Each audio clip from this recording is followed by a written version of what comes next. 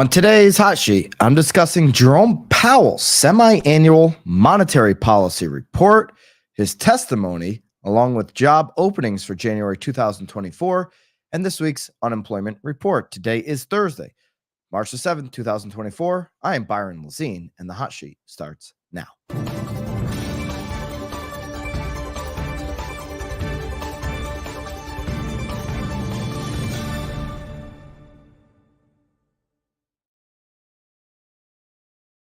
Oh boy, do we have a show for you here today. I'm actually just astonished at the BAM team on what is going into this show each and every single day. I'm not trying to pat our own backs here, but if you're unfamiliar with the show notes, if you haven't seen these show notes, if you're not downloading them inside of BAMX, Bobby, I need my clicker to work here too, by the way. If you haven't downloaded these inside of BAMX, the work that is going into the preparation of this show, it doesn't exist on the internet in the housing sector anywhere on planet Earth. It exists in this one place in BAM, and that's it. BAMX members get to download these every single day that we do the hot sheet with link clicks there on the left to take you to the exact moments in this testimony on when Jerome Powell is talking about housing, along with our other two segments, all broken out and available for BAMX members. Of course, you can be a BAMX member by using code HOT to get 10% off. These show notes are helping so many folks, and we're working on making them, if you can believe it or not, working on making them even better. Stuff that is done for you. So more to come on that. All right. We've got Jerome Powell, 2.5 hours yesterday in Washington, D.C. on his testimony, on his monetary policy report, the FOMC monetary policy report. It's a semi-annual report. It's a 71-page report. And he sat, as he does every time they release this report, in front of Congress for a 2.5-hour testimony. Now, two things were expected that absolutely happened. Jerome Powell kept to his script of what his job, what his mandate is from the folks that are asking him the questions, his mandate from Congress. He kept to that script of what his job and the FOMC's job is and what they're doing and what their mandate is. He didn't veer from that at all. And then, as expected, we had a lot of political nonsense from Congress. We had a whole bunch of moments where both sides of the aisle would take a shot at the other side. We had a lot of dumb questions and commentary from both sides of the aisle in DC, as expected. So what we've done here is we've tried to navigate through the political warfare because it's not very helpful. And we've picked out what I believe are what we need to know, what we need to take from this in housing. We pulled the transcript from the 2.5-hour testimony that Jerome Powell gave. Housing was mentioned 73 times. I check that off as a win. And Bobby, if I could see the comments, I'd love to see the comments here. Yeah, there you go. Good morning, everybody. Any questions too as we're going through this? Drop this in. I'll do some Q&A here today if we can. But when we pull the transcript, housing is mentioned 73 times. I check that off as a win because a lot of times we get some of these, testimonies in Capitol Hill, or we even have the Q&A with Jerome Powell after they do an FOMC meeting, and housing is like an afterthought. It's like mentioned a few times, right? So 73 times housing is mentioned. Now, I mentioned a lot of dumb questions. You can almost cross out 60% of these instances because they're filled with political warfare or just incompetency from those who are sitting on Capitol Hill. 34 times in the 71-page monetary policy report is housing mentioned there. Now, the 71-page policy report, it's linked in BAMX. That was released on March 1st. That doesn't go into politics, okay? It's just like straight and narrow economic data from the FOMC. So I thought that was pretty valuable, all right? I'm skipping over at the 5-minute 5:25 mark, 5-minute 25-second mark. Maxine Waters, ranking member of the full committee, had an opening statement. This is before Jerome Powell had his opening statement. I'm going to skip over her opening statement because I do think that she asked one of the best questions later, and I'm going to play that clip. But her opening statement is just like, how many shots can I take at her opposing side of the aisle? So I don't really find much value there. I'm just going to kind of skip over that. At 12 minutes, 17 seconds, they finally let federal chairman Jerome Powell give his opening statement. I'll read from that. But if does this clicker going to work for me, Bobby, or not? All right, there we go. So in Jerome Powell's opening statement, ranking member committee, blah, blah, blah. I appreciate the opportunity to present the Federal Reserve semi-annual monetary policy report. The Federal Reserve remains squarely focused, and this is what I mean by following the script. This is his script, just like great salespeople and real estate professionals have scripts that they use over and over and over again. This is an effective script to remind Congress and the public what his job is. The Federal Reserve remains squarely focused on our dual mandate to promote maximum employment and stable prices for the American people. By the way, that mandate is a mandate from Congress. So Congress asks a lot of questions and he has to bring them back to center on, like, I can't actually do that. I can't control that, what you're asking me about, because of your mandate. The economy has made considerable progress toward these objectives over the past year. While inflation remains above the FOMC's objective of 2%, it has eased substantially. And the slowing in inflation has occurred without significant increase of unemployment. As the labor market tightness has eased and the progress on inflation, we got some labor report for later today, and progress on inflation has continued, the risk to achieving our employment and inflation goals have been moving in a better balance. Even so, the committee remains highly attentive to inflation risk and is acutely aware that inflation imposes significant hardship, especially to those least able to meet the higher costs of essentials like food, housing, and transportation. The FOMC is strongly committed to the 2% objective. Restoring price stability is essential. I will review the current economic situation before turning to monetary policy. And then he goes on. Okay. Now, at the 25-minute mark, we have Maxine Waters open a question to Jerome Powell. Okay. So we get a lot of Maxine Waters, who is a ranking member of this committee. And she turns it back to housing. She mentioned housing in her opening statement. It's just, again, it's filled with a lot of partisan warfare. So I don't think it's very productive. But I do want to play this question and the back and forth with her and Jerome Powell from about the 25-minute, 28-minute mark. Bobby's got it queued up. Let's go to ranking member of the committee, Maxine Waters, and her question to Jerome Powell. Bobby, I will ask you to pause at certain times. And so let's go here with the. So turning to the next question. Affordable housing and homelessness crisis, right, where we've seen steady increase. So her first line here. So turning to the national affordable housing and homelessness crisis, the way she groups the two issues, affordable housing and homelessness crisis, this is politics at its best, right? She's like trying to couple the two problems as if they're the same problem, as if people become homeless because housing is too expensive. And then one day they say, I'm going to pull up a sleeping bag on the sidewalk because housing is too expensive. There's a lot of reasons people become homeless, and affordable housing is at the bottom of the list there. And we're not going to get into why there's a homelessness crisis, but those are two different issues, Maxine Waters. But this is what politicians like to do. They like to take a lot of problems, make it seem like it's the same. Go on with her question. Increases year after year in home prices and rent costs, which are a symptom of the chronic undersupply of affordable housing.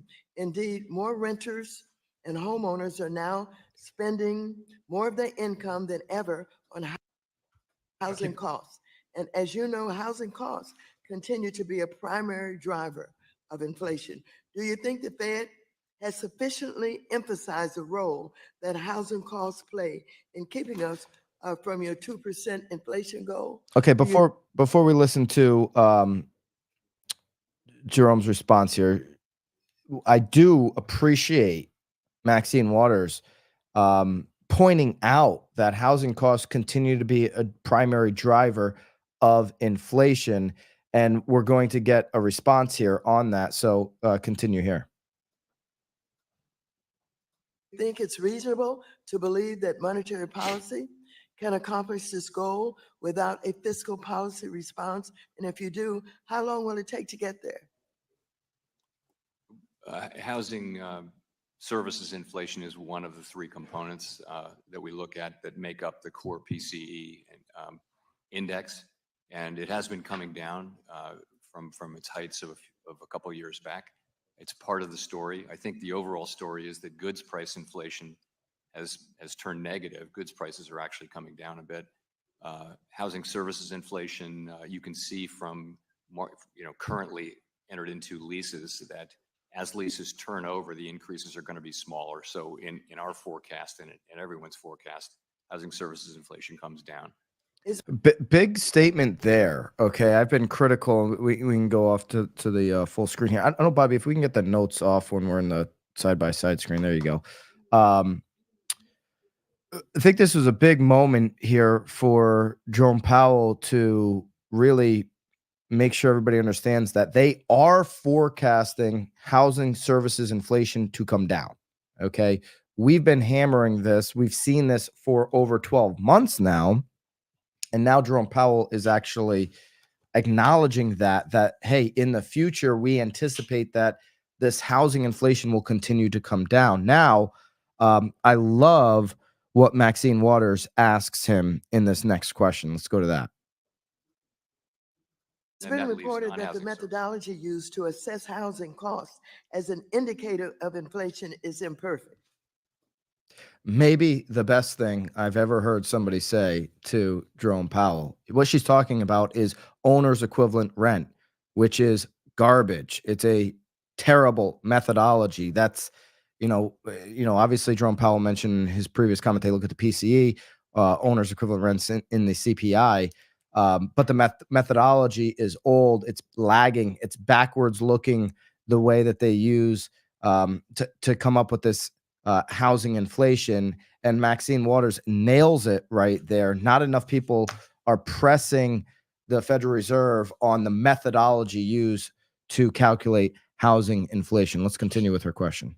Namely, because it considers costs based on both new and old rents, including for owner-occupied housing on a month-to-month basis.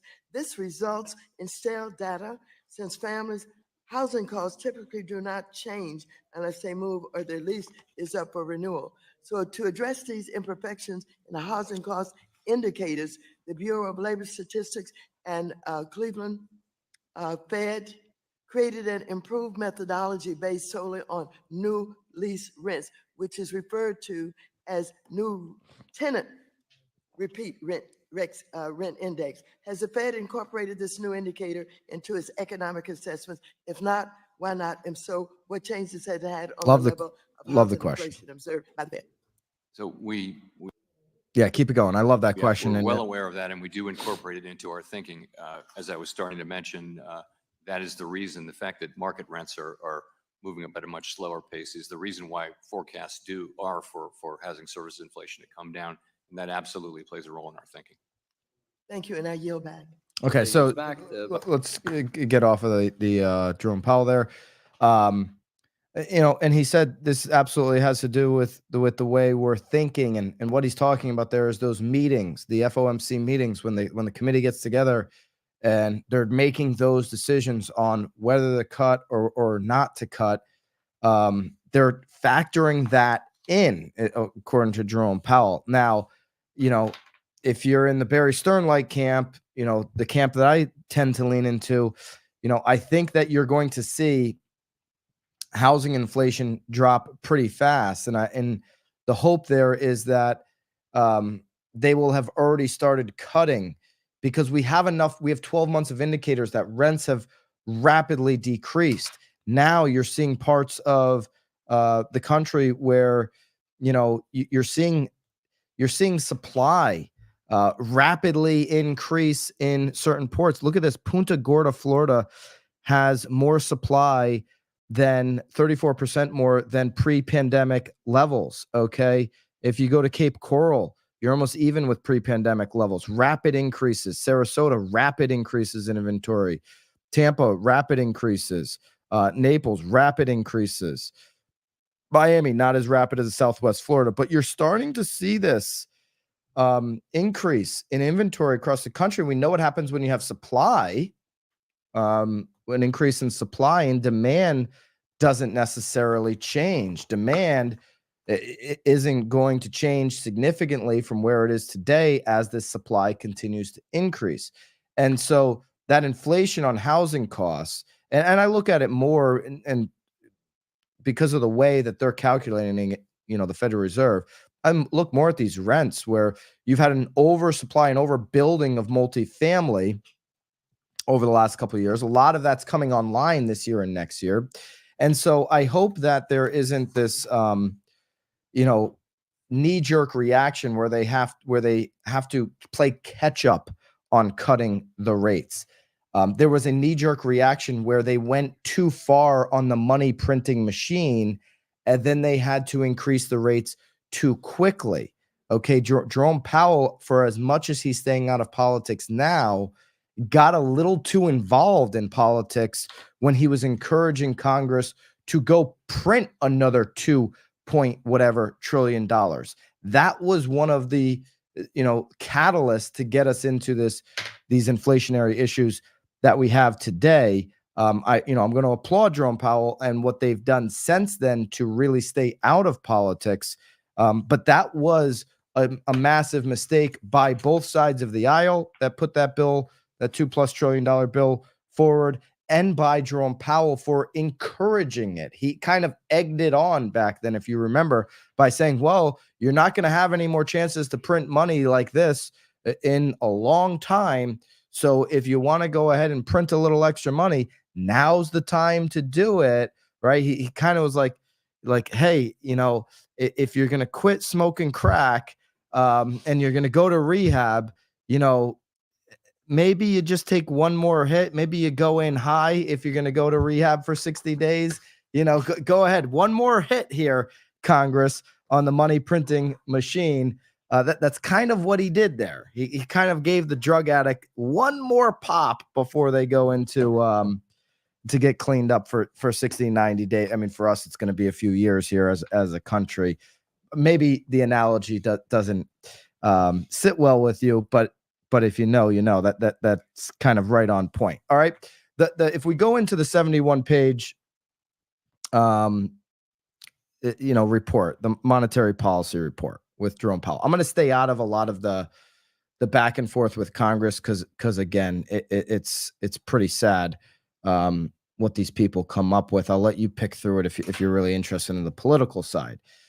In the policy report here on page 9, first time they really dig into the housing sector. The rise in mortgage rates over the past 2 years has reduced housing demand. Yeah, that's definitely true. Demand has fallen significantly in the last 2 years, resulting in a steep drop in housing activity sales in 2022 and marked slowing in housing price growth from historical high pace. He's right. Okay, the FOMC's right here. We have seen the pace of increases while we set all-time highs in 2023 for home prices. The acceleration of home price growth had been subdued from the monetary policy here. Offsetting factors boosting housing demand, such as robust job market and increased prevalence of remote work, have prevented significant price declines. Really, you haven't seen price declines outside of certain markets, okay? High mortgage rates, now those might be coming in those markets where you have inventory increasing.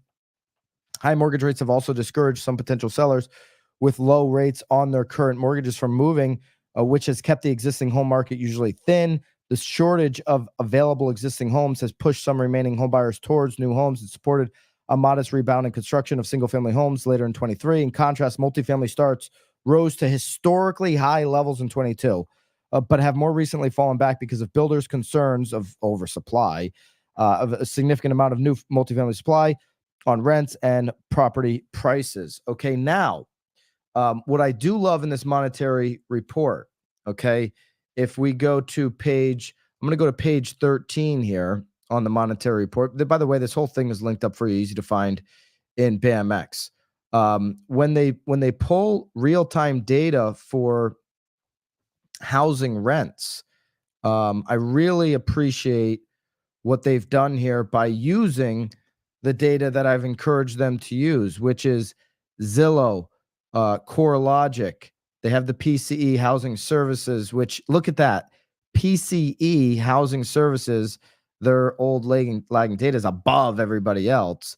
And Zillow's kind of above some of these other metrics as well. We keep looking at Zillow and they keep coming in higher than a Realtor, than a Redfin, than a CoreLogic.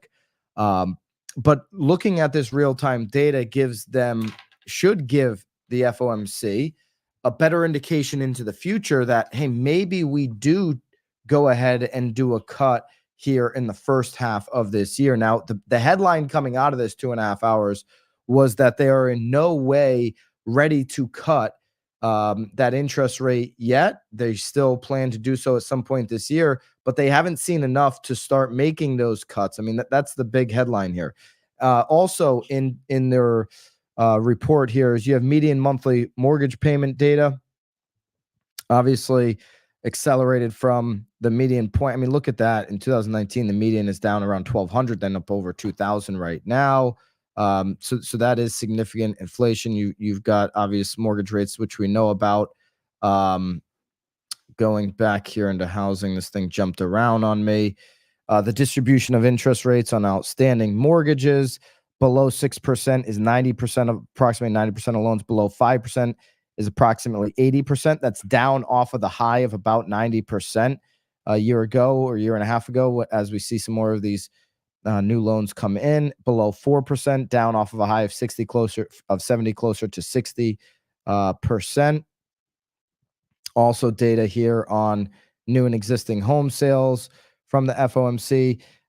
They're looking at the growth rate in house prices from S&P, from CoreLogic, from Zillow. So you see where the Fed, S&P Case-Shiller, historically known as the gold standard of house pricing, but you see that they're also taking into consideration CoreLogic and Zillow. So Zillow getting a place at the table here with the FOMC.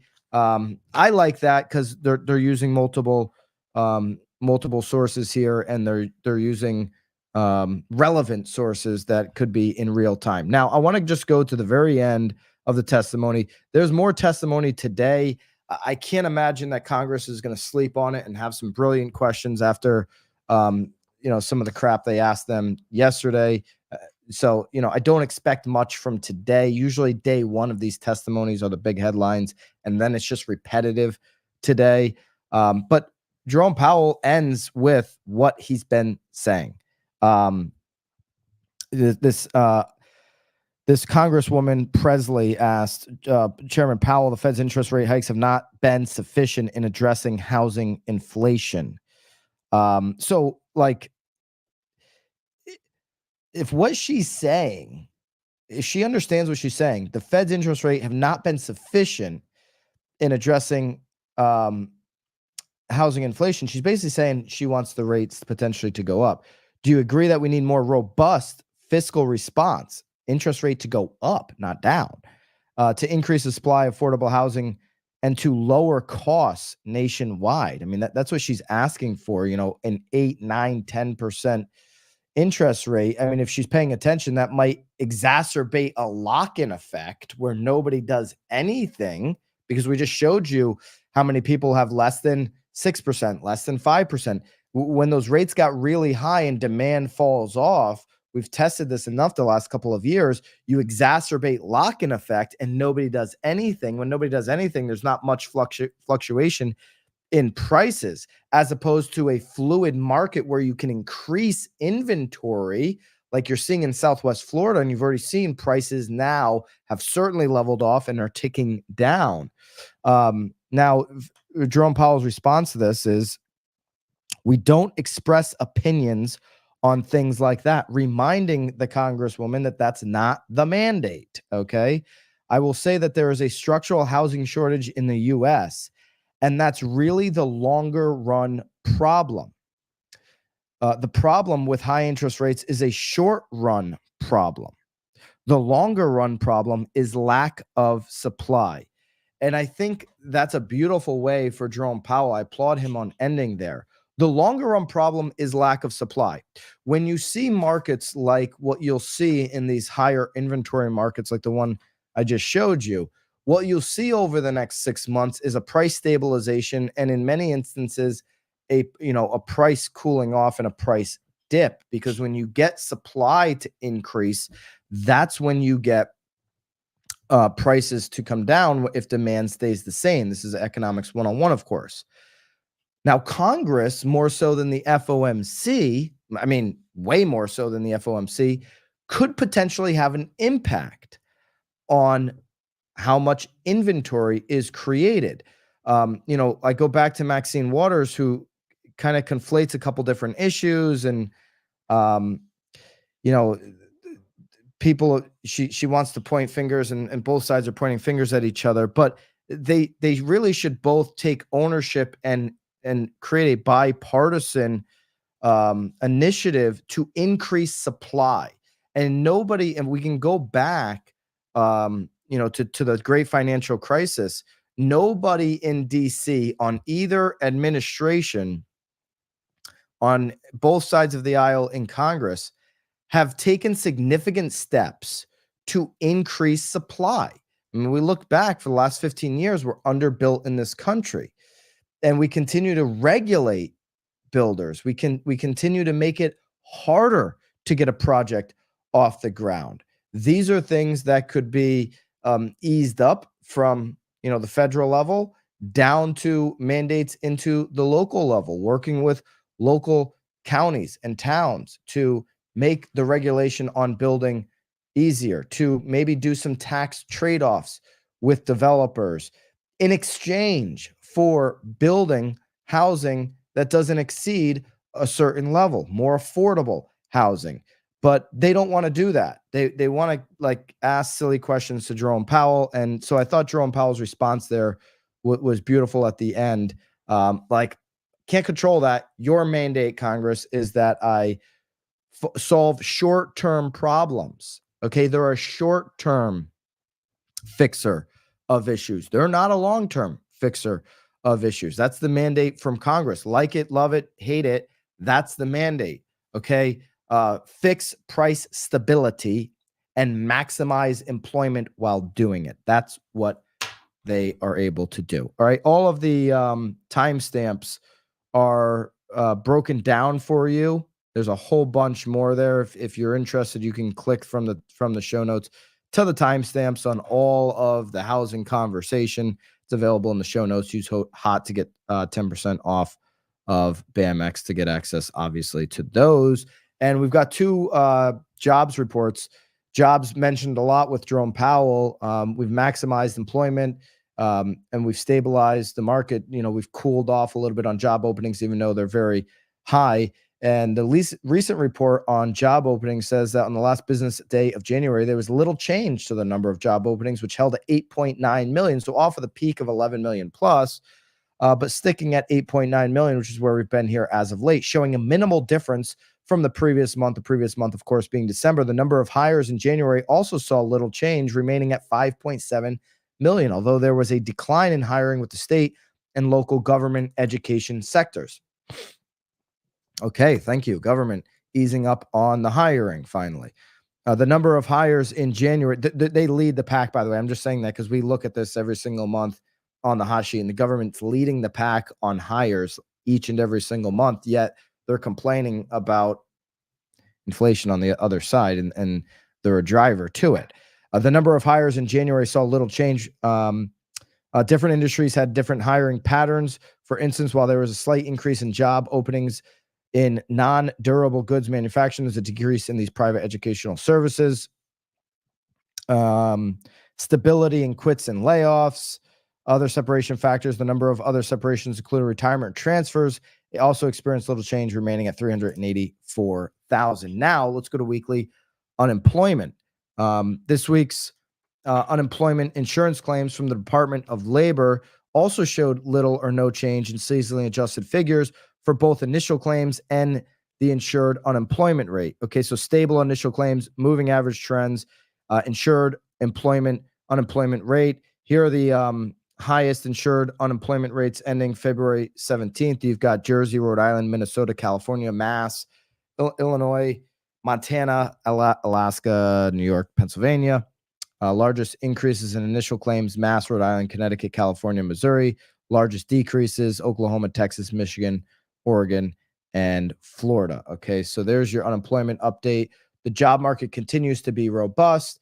While we've seen job openings cool a little bit, to Jerome Powell's point, and we've seen wage growth cool a little bit, we're still very much in a economy that is moving forward. And, Jerome Powell is unwilling to decrease that rate. We'll see how that changes moving forward, but that is the stance right now.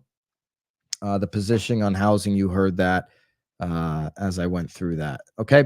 I've got some great news for everybody here. Yesterday's 30-year fixed moved back into the 6-handle category, 6.97 on Mortgage Daily News survey. So the market is reacting to kind of what we're seeing here in inflation reports this week. And obviously with the testimony in a positive light, we're back under 7, just under 7 for the first time in weeks, 6.97 on the Mortgage News Daily 30-year fixed.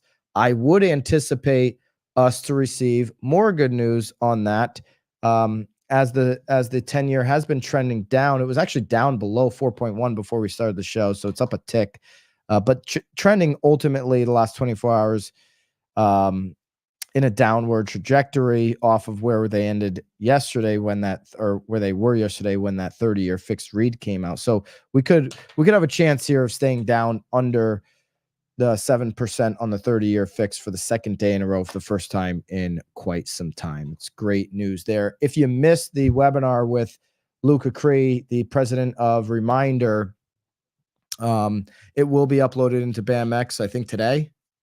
It's already there. It's already uploaded into BAMX. We had over 1,700 of you sign up and join that webinar, that live webinar yesterday.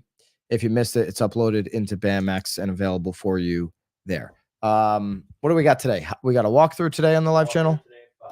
Walkthrough. If you missed the Matt Nickel interview that I did with the #1 UK agent, it's up on the channel now. I think it's only like 30-something minutes. It's fascinating. I go rapid fire questions on the difference between the UK market and the US. If you've never really taken a deep look on some of the differences, this would be a good 30,000-foot view for you to take a look. I'm not saying that those things are coming, and I make that clear in the pod, but I think it's worth knowing what do other top agents in different parts of the world that operate much different in their country than in our country, what do they do to adapt and be ultra successful?